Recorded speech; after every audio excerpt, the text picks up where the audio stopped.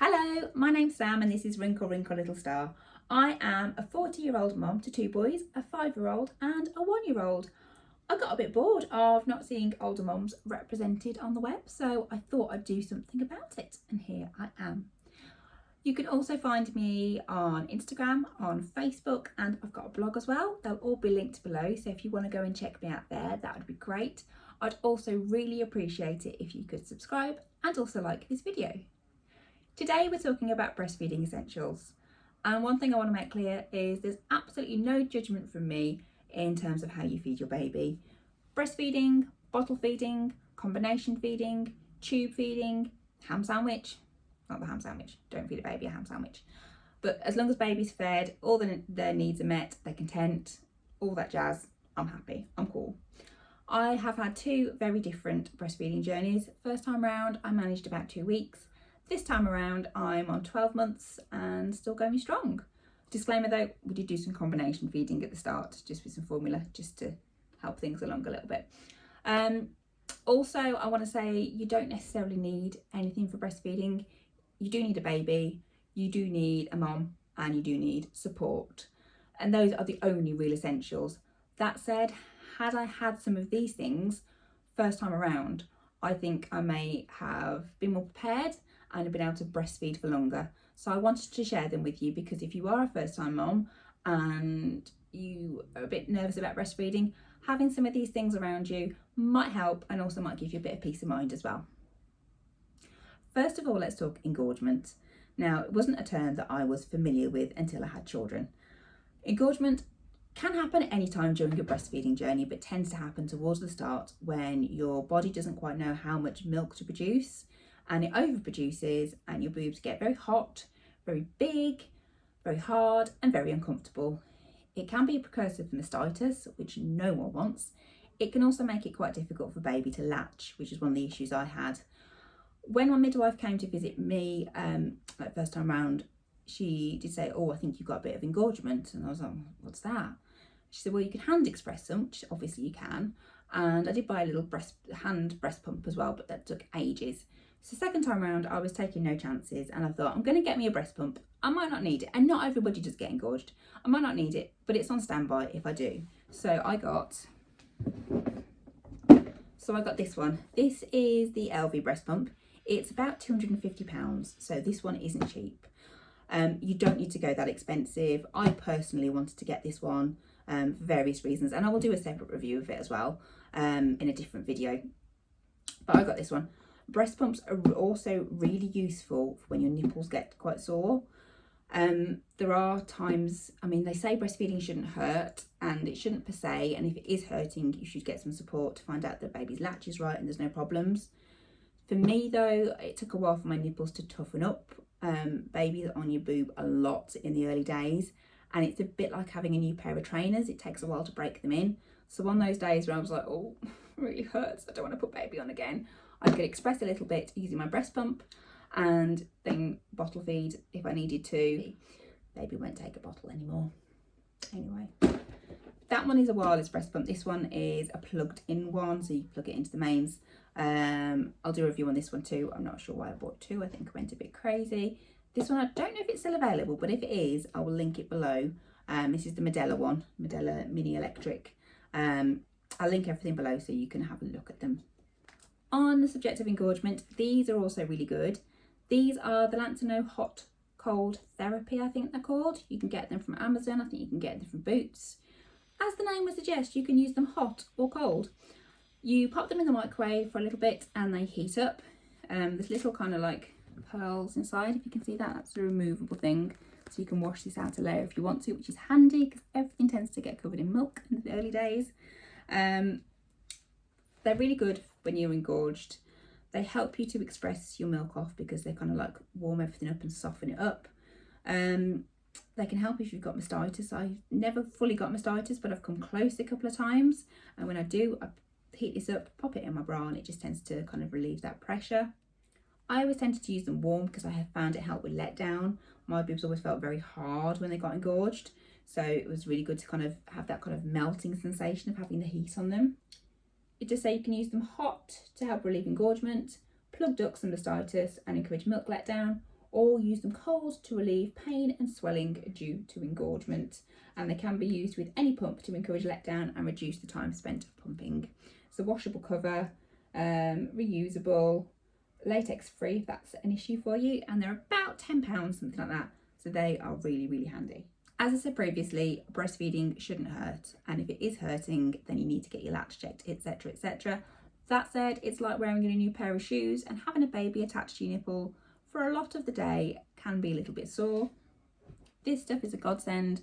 This is the Lancino HPA Lanolin Nipple Cream.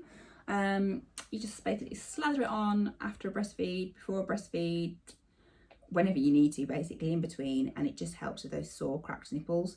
I don't really need to use it anymore, but during those early days when you're getting established with breastfeeding, your nipples do get quite sore and cracked, and this is very handy at soothing them, helping them to heal. And it's fine, you don't need to wipe it off before baby actually starts feeding as well, which when you're in that kind of like sleepy newborn phase is just really handy. It also makes a really, really good lip balm as well, so I highly recommend that.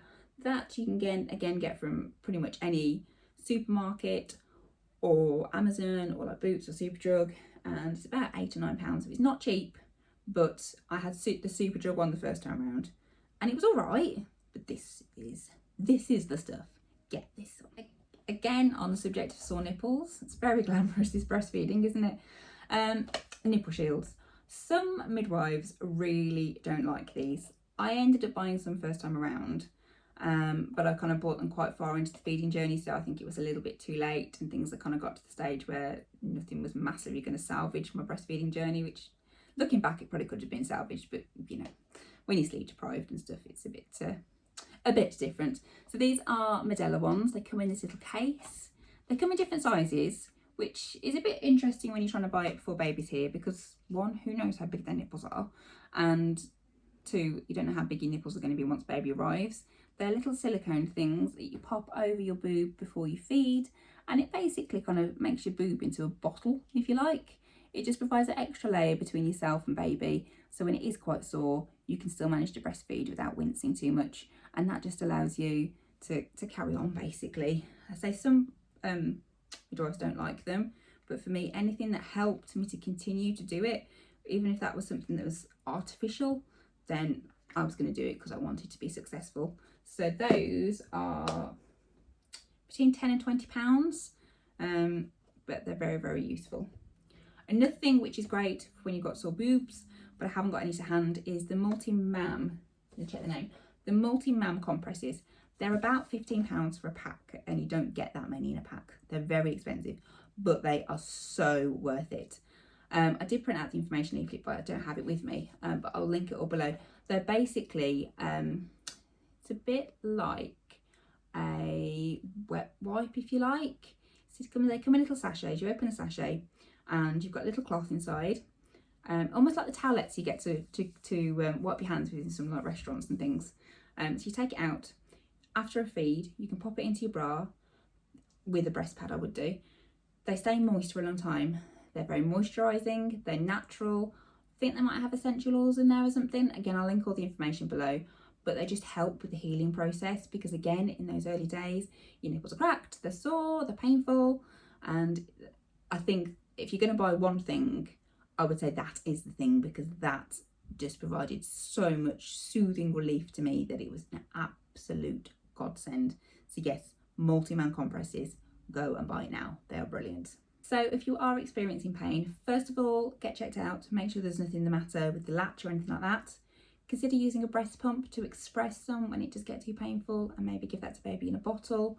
I know they talk about nipple confusion, but you've got to weigh up the pros and cons, and that's just a personal choice as well.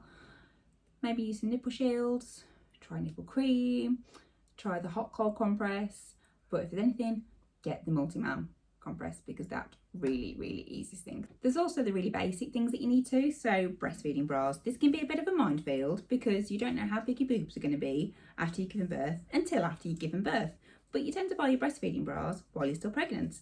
I would say go for some cheaper ones when you're first buying them, and you can always get more expensive ones once baby's here and everything's kind of settled down. H&M is pretty good for getting them. That's where I got mine from. Try different styles as well. So I've got some that are kind of like a bit padded, And I've got some that are more, this one's not a good example, it's a bit fallen apart, that are just like a t-shirt type bra. Quite natural fabrics I tended to find were more comfortable, but then I had summer babies, so I guess that's why. And a bit of fluff on that one. You want ones that just clip down like this to give you access. There's different styles as well in terms of how much material remains when you clip them down, so that's something you might want to consider too, as to which one you're more comfortable with. And the breastfeeding bras from H&M are around about 17, 18, 20 pounds for like a twin pack, so they're not massively expensive. Something else that's really, really handy is a really big muslin cloth, peekaboo. So this is a big one. We got this, a pack of 3 of these, I think, from Amazon for about, just checking my notes, about £20, something like that. I think the prices vary because it depends how organic you want to go, how big you want to go, how pretty you want to go, all that kind of jazz. Now, by all means, you don't have to cover it when you're breastfeeding, but I found there were certain times when I wanted to. So in the early days when getting him to latch on was a bit more problematic, Jake would tend to put his hands in the way quite a lot, so I'd have to move his hands out of the way, so it was quite handy. I'd feel quite exposed as I moved him. Sometimes if you're visiting maybe certain relatives that don't really support breastfeeding, which I know isn't great and you shouldn't have to put it away, but sometimes with the older generation it's just easier to just go with it. And don't judge me for that, but you know what I mean, I'm sure. There's other times when your baby will go through a phase of just deciding to bob off the boob and have a look around halfway through a feed, which can be interesting. But I'm not saying you have to cover up. Sometimes I do, sometimes I don't. But if you do want to cover up, these are a really good way of doing it. And obviously they're multi-purpose, you can use them for lots of things as well. What you can do in order to use them quite effectively is take one of the corners like this, loop it round, put it around your bra strap like that, tie a little knot like so, and then just expand it out, sort everything out underneath, get baby latched on, and then come back out again. So sometimes I would just literally use it like that just to get baby latched on and then bring it back out again. Other times when baby was going through a phase of having a look around the restaurant, I just keep covered like that a little bit just to give myself a little bit of modesty. But you soon get used to feeding in a modest way anyway without having to do that, generally speaking. So, but again, just an option, and they do come in handy for loads of different things too. The other thing you need is easy access outfits. Now, I don't necessarily think you need to buy breastfeeding clothes as such, just outfits that you can feed easily in. These are things like a t-shirt with a vest underneath, which allows you to do one up, one down. Shirt dresses or anything with buttons and blouses allows you just to discreetly open a couple of buttons and get baby on. Dungarees are very good because you can just loosen one off or just pull the dungarees to the side. And there's a fantastic Facebook group called Can I Breastfeed in it that gives lots of advice in terms of outfits that are out there that you can easily breastfeed in. There's lots of different techniques in terms of breastfeeding. There's flop one out, where you just literally flop a boob out to feed baby. There's one up, one down, and they give a lot of advice on which outfits and which clothing are good for that. If they find something good in supermarkets or wherever, then they'll post it. Sainsbury's is particularly good and particularly supportive of the breastfeeding community. They've actually got a section on their website where they highlight the clothes that are suitable for breastfeeding in, which is really, really good. So definitely go and check Can I Breastfeed in it out. If you want to wear dresses that don't have buttons and aren't dungarees, you can wear them. Just wear them with leggings, and then you can pull it up as if it's a jumper and still breastfeed, and you're still covered on your bottom half. That's what I've done occasionally. Another essential is breast pads, because your boobs will leak milk. And no one wants to go around with a t-shirt with a big milk stain on the front of it. Well, I don't think anyone wants to do that. These are the best in my opinion. These are the Lancino ones. They're quite wasteful in terms of environmental impact because they come in these plastic packets. You open a plastic packet, take out the breast pad, fold it out.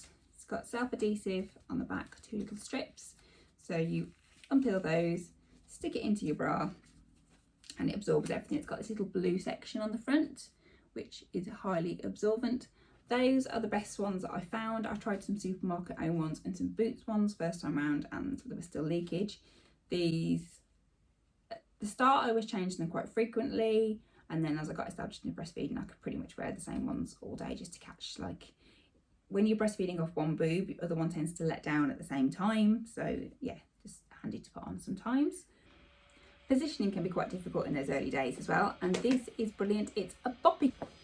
So basically it's this shaped cushion, and it's got a cover on it, so you can machine wash the cover. You can also machine wash the cushion. You can put it around your waist, and then you can pop baby on top of it in order to feed, and it's just quite handy in those early days. I can't use it now because baby's too wiggly because he's one, but in those early days when they sit quite still, it kind of gives you a free hand to be able to do things. It helps the position, it helps get them to the right height for your boob. It's just very comfortable. In the early days you spend a lot of your day breastfeeding, so anything that makes it more comfortable is brilliant. They're also quite handy because as they get older, you can use them for tummy time. Ta-da!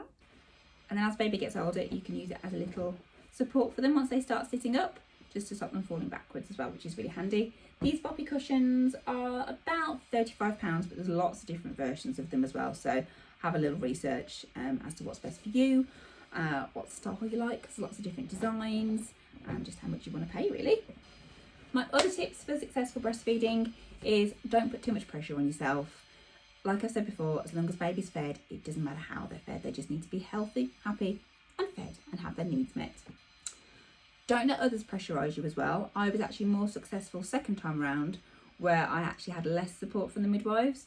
First time round, I was being told to feed baby in all different directions, upside down, I just got so confused that actually in my birth plan for my second baby, I said, I'm happy to have support, but if someone comes near me with a knitted boob, I'm going to tell them to go away, because it can be overkill. So just choose the support that's right for you. Do get support if you need it. It's hard at the minute because a lot of breastfeeding support groups are having their funding taken away. There's a lot of good online groups that are local. So for me, there's a Black Country breastfeeding group, which I'll link below. I think there's a Dudley one as well. So again, I'll link that if I can find it. Find your local online groups. I'm filming this in lockdown, so a lot of the actual groups you can go to that are run by volunteers aren't running, but there are quite often volunteer groups you can go along to as well and get advice. So do join those. Even if you don't really participate and don't ask questions, it's amazing how much you can pick up from other people's posting things that perhaps you actually had that niggle thinking, is this normal? And then when someone posts, oh, my baby's doing this, and everyone goes, oh yeah, mine does that too, you think, oh, it is normal. Okay, I wouldn't have bothered someone to ask that question, but now I've actually kind of eavesdropped and seen that it is quite normal, so that's good. Join the Can I Breastfeed In It group, because that's brilliant for outfit tips. Consider a baby carrier. So we've got a baby Bjorn baby carrier, and that's really handy for out and about feeds.